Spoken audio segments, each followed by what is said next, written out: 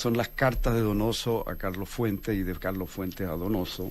Es una amistad profunda, pero echo de menos una, digamos, menciono una, digamos, ¿no? Aquí, Carlos se te echa de menos, dice Pepe Donoso. Nuestra casa, él se está construyendo una casa en Santiago, esto es del año 62. Dice, nuestra casa no avanza nada. Interminables trámites previos a la construcción, las maravillosas instituciones chilenas de que tanto nos enorgullecemos. Es la misma razón por la que la cocinera de casa no tiene dientes. Hace un año que está presentando papeles para el seguro obrero. Nuestras leyes sociales son las más avanzadas del mundo, entre comillas. Decimos muy inflados. Bueno, hay cosas de esas en este libro. Una de las cosas que impresiona en esta fuerte amistad entre Donoso y Fuentes es lo que Fuentes ayudó a Donoso. O sea, fue de una generosidad que se ve muy rara vez entre escritores, o entre artistas, o entre colegas en general. Porque fue Fuentes el que tomó Coronación y se la entregó a su agente literario en Nueva York. Y él mismo se movió ante las editoriales, se movió ante Gallimard, movió a Goytisolo, movió a este, movió al otro. Finalmente se produjo el llamado telefónico de Fuentes, que Donoso cuenta aquí en una carta a Fuentes, pero que le oí también contar varias veces ese llamado, porque fue el llamado que le cambió la vida cuando él, bueno, recibe la noticia de que le dan propio Carlos Fuentes de que la editorial NOF, una de las editoriales más importantes de la lengua inglesa, ha decidido traducir su novela, Coronación. Y de alguna manera es lo que saca a Pepe de Chile, digamos, del patio, ¿no? Y lo pone en órbita internacional, porque va a ser Fuentes el que lo conecta con García Márquez, con Cortázar, con Vargas Llosa, con los críticos literarios, con las grandes editoriales.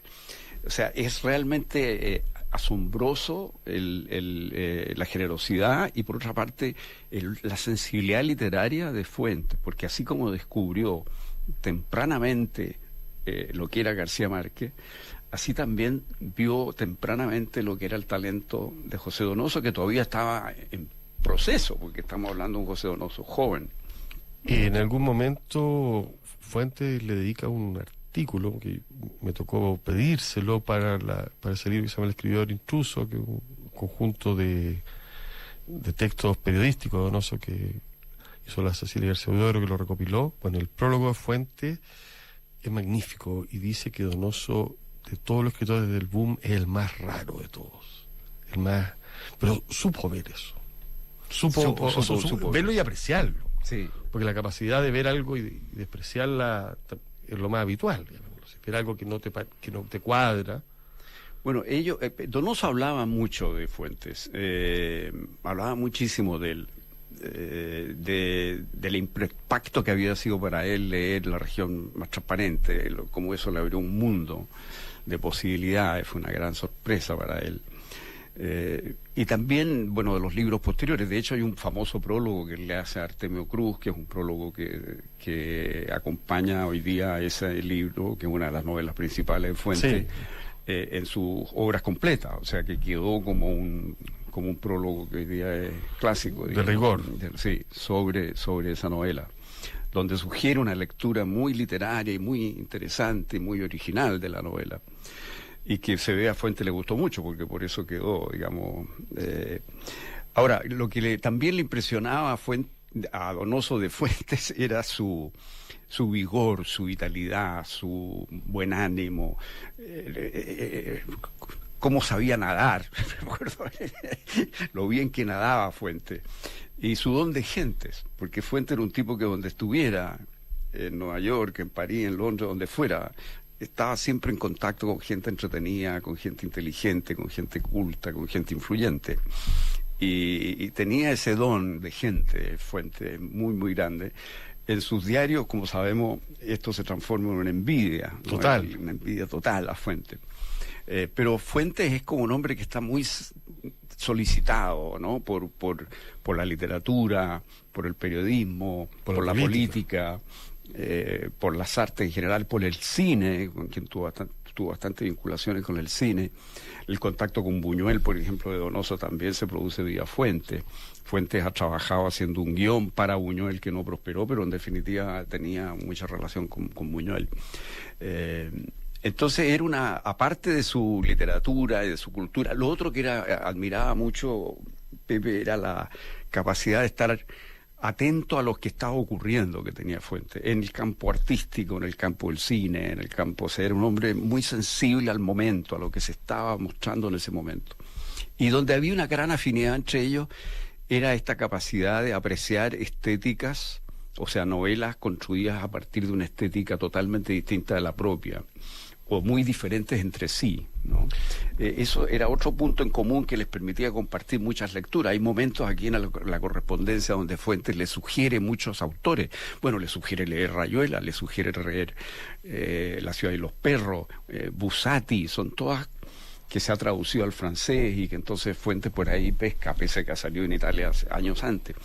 Entonces, Fuentes también es un manantial, una fuente de informaciones, de datos, de lectura que Donoso apreciaba mucho. Y tienen algunas pasiones en común, como por ejemplo la fascinación que ambos tienen por esta novela, La decisión de Sofía, de William Styron. Gran novela. Gran novela que ellos, ambos, desde ángulos diferentes, valoran enormemente.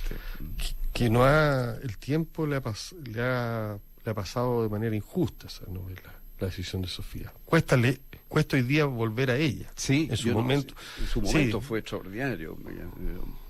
O sea, tienen otro ritmo. Tiene otro ritmo, ya. Más cercano a las novelas de Fuentes, a las Claro. novelas de... Bueno, Fuentes escribió sobre Styron, además era amigo de Styron. Vino a Chile, acuérdate. Vino a Chile, Styron. Con Arthur Miller. Sí, sí. Y era muy borracho y tiene ese libro maravilloso que se llama esa invisible oscuridad sobre la depresión. Curiosamente nadie lee... Bueno, ese libro es extraordinario. Es un libro cortito que es un ensayo sobre una depresión aguda, pero aguda al punto del suicidio, sí, casi. Por dejar de tomar, además. Sí, pero también te acuerdas que él está en Europa, va a se le venía un premio. jugando. Hay algo que es más allá de eso. Yo creo que hay no sé, una cierta sensación del fin de la vida. Hay una gran descripción de lo que es estar deprimido. Para la gente que no sabe lo que es esa emoción, esas sensaciones, ese libro, esa invisible oscuridad, está publicado por Weir, de William Styron. Es muy, muy impresionante ese libro. Y la descripción, él es hospitalizado en este estado. Sí. Y entonces describe como los cubiertos son plásticos, son todos cubiertos a prueba de suicidio. De intento de suicidio, digamos, y está completamente, empastillado.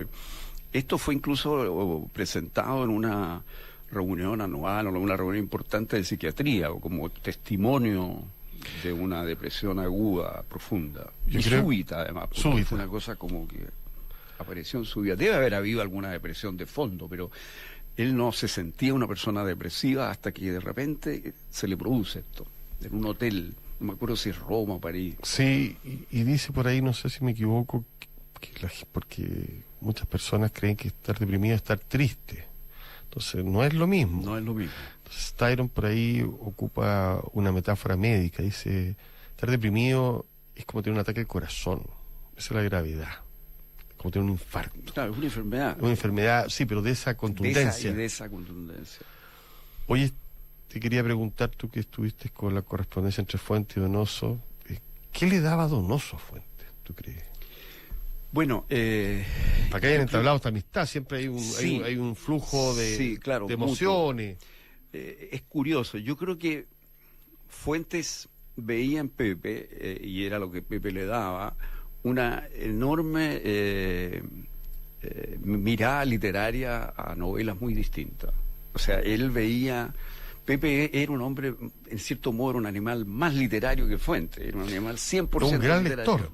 Y un gran lector. Entonces, yo creo que eso era una de las cosas que Pepe le aportaba. Luego están las críticas que Pepe le hace a las propias novelas de Fuentes, donde es bastante franco Pepe en celebrar y en poner reparos. Incluso publicó un artículo en México, Viviendo en Casa, que está como anexo. A todo esto, esta es una edición de Cecilia García Huidobro y de Augusto Wong, de Alfaguara, que está muy bien hecha, además con notas muy buenas, que ayudan a entender lo que está pasando, porque a veces en las cartas hay cosas, hay sobreentendido. Pero estando Pepe en casa de Fuentes alojado, escribe un artículo sobre unos cuentos, ¿no? de Fuentes, que es un elogio, pero con reparos significativos. Y Fuentes recibe un llamado del director de la revista diciéndole, no sé si queremos publicar este artículo, porque es un artículo que tiene cosas positivas, pero tiene algunas críticas. Y la respuesta de Fuentes es decir, si tú no quieres publicar el artículo, yo lo voy a publicar en la revista universitaria de la UNAM. Así que el artículo se va a publicar tal como está de todas maneras. Bueno, el tipo fue y lo publicó entonces.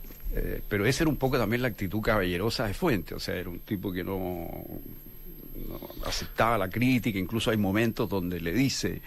creo que ese es un punto muy válido, lo voy a tener muy en cuenta.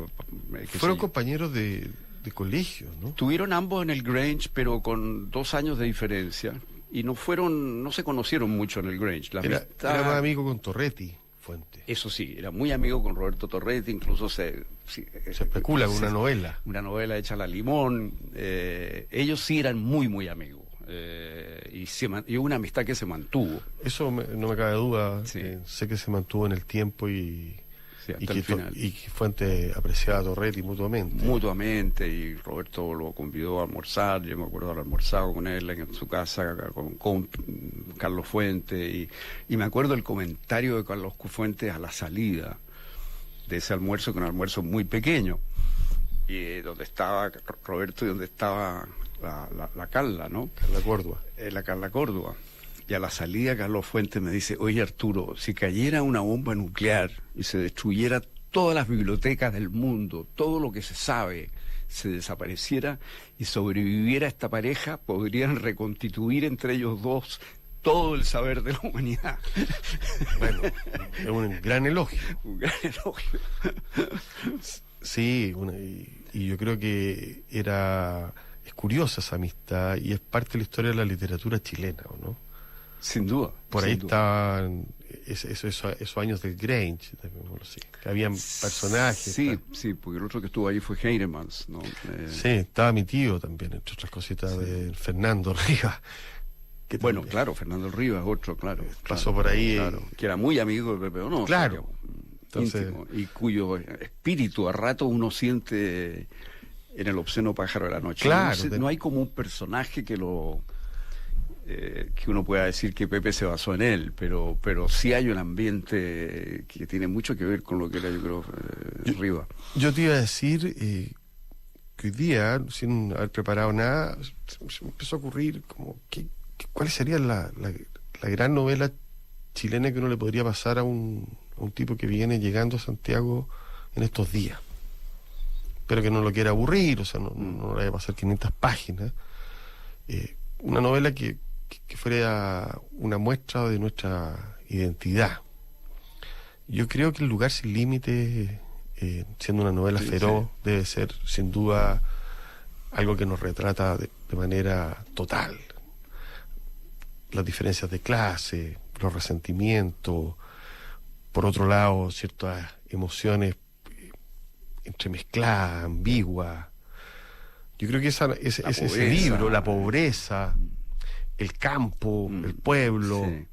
Y después está escrito de esa manera donde la tercera persona se transforma en un personaje y se recupera, es como un fluido de voces completamente... Y que en la página continuo. 90 te das cuenta que la mujer es hombre. Claro, es fantástico. La Manuela. Es una novela extraordinaria. Vargas Llosa pensaba que era la mejor novela de Carlos Fuentes, siempre lo... O sea, de Donoso. De Donoso, perdón, siempre lo dijo. Él la encontraba superior a la opción o pájaro y a cualquier otra cosa. Yo la otra cosa que me llama la atención en la correspondencia de Donoso y Fuentes es que Donoso tiene una crítica muy fuerte, y hay incluso un artículo de él en que estoy más enfático, a la cuestión de la identidad. En esos años había mucho la idea de la identidad nacional y el carácter, y que había que escribirlo, o de México, o de América Latina. Un poco la cosa de Octavio Paz, era un poco esa preocupación. Laberinto de la soledad. El laberinto de la soledad, todo ese tipo de ensayos, de intentos. Bueno, esa preocupación por la identidad a Donoso le producía alergia. Para él la identidad era múltiple, era fluida, eran máscaras que nos ponemos y cambiamos, e intercambiamos.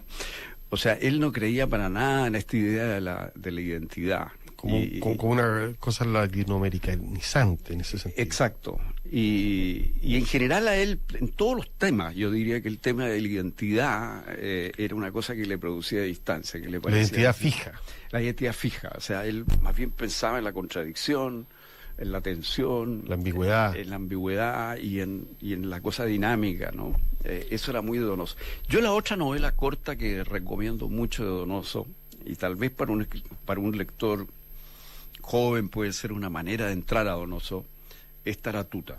Muy buena. Que es una gran novela con una estructura literaria muy distinta, a mi juicio muy original. Es como una novela sobre el intento de escribir sobre alguien real, en varios intentos, una novela que hay varios intentos sucesivos por dar con quién era este Taratuta, que es un personaje real, que existió, muy novelesco el personaje. Ahí me encanta esa novela, y es muy tardía. Sí, es muy tardía, y me acuerdo cuando apareció, que no fue suficientemente celebrada, y hoy día yo creo que es una de las piezas de Donoso que sostiene, El Jardín del Lago también. Esa es otra, sí. Pensando un poco que se viene... Que tiene un humor, qué sé yo. Después de este mes se van a ver varias celebraciones de lo que son los 100 años de Donoso. Sí, porque se cumple el 5 de octubre los 100 años. Sí. Bueno, y ya ha habido, por ya ejemplo, la Universidad de Finisterra hizo un ciclo. La UDP va a ser otro, el CEP va a ser tiene otro. Que ahora el CEP está con otro. O sea, va a haber varias cosas. La Universidad Padre Hurtado también.